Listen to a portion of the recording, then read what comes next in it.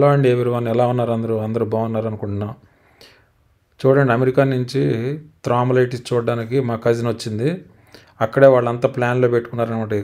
Compulsory lake Clifton థ్రాంబోలైటిస్ చూడాలని వాళ్ళు decide అయ్యారు. ఈరోజు మన ఇంటి దగ్గర నుంచి ఒక 40 మినిట్స్ డ్రైవ్ అది. అక్కడికి వెళ్ళామన్నమాట. అక్కడ చూపించడానికి తీసుకెళ్ళాను. ఆ లొకేషన్ అది బాగుంది. అదేవిధంగా మా మేనగోళ్ళు కూడా అమెరికా నుంచి వచ్చింది, ఆమె కూడా చూపించాం. ఇది ముందు కదా బన్నీ హైదరాబాద్ నుంచి వచ్చింది థ్రాంబోలైటిస్ చూడడానికి. మేము ఇంతకుముందు ఆల్రెడీ థ్రాంబోలైటిస్ చూసాం.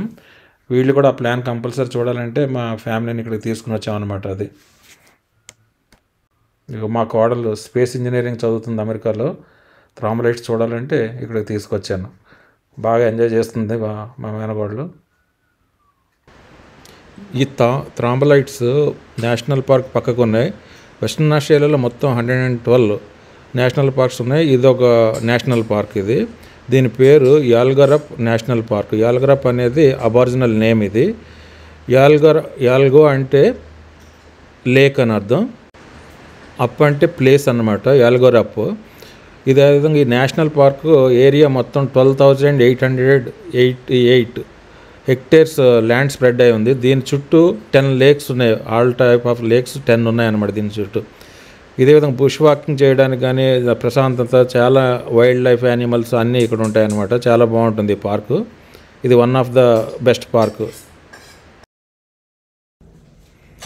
ఇవేనండి థ్రాంబోలైటిస్ అంటే. ఇదేమో లేక్ క్లిఫ్టన్లో ఉన్నాయి. నేషనల్ పార్క్ అటాచ్ అయి ఉంటాయన్నమాట. నేషనల్ పార్క్ పక్కకి లేక్ క్లిఫ్టన్ ఉంది. ఆ లేక్ క్లిఫ్టన్లో ఈ చూసారా స్టోన్స్ రౌండ్గా ఉన్నాయి, అవే థ్రాంబోలైటిస్ అంటే.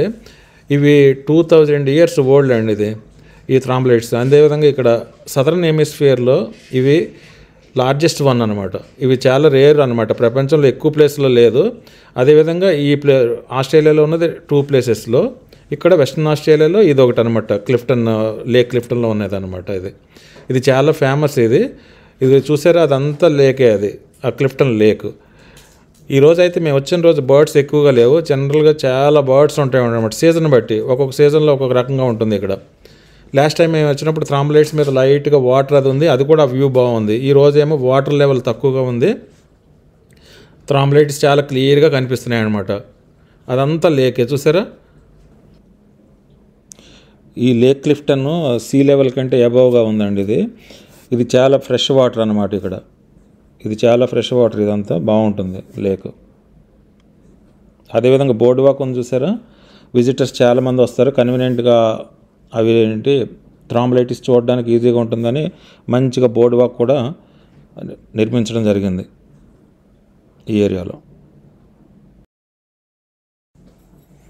ఈ థ్రాంబోలైటిస్ వెస్ట్రన్ ఆస్ట్రేలియాలో ఉన్నాయి. అదేవిధంగా వేరే ప్లేసుల్లో ఎక్కడంటే అర్జెంటీనాలో ఉన్నాయి, కెనడాలో ఉన్నాయి, చైనాలో ఉన్నాయి. ఇవి జనరల్గా ఏంటంటే లేక్స్లోనే సర్వైవ్ అవుతాయి అన్నమాట. ఈ థ్రాంబోలైటిస్ అనేవి ఫామ్ అవుతాయి, సర్వైవ్ అవుతాయి అన్నమాట. వెరీ రేర్ అనమాట. ఓన్లీ 5-6 ప్లేసెస్లోనే ఉన్నాయన్నమాట ప్రపంచంలో. ఇది ఎప్పుడైనా వెస్ట్రన్ ఆస్ట్రేలియా విజిట్ చేస్తే ఈ ప్లేస్ కంపల్సరీ చూడండి, బాగుంటుంది, చాలా బాగుంటుంది ఈ ప్లేస్. తప్పకుండా చూడండి.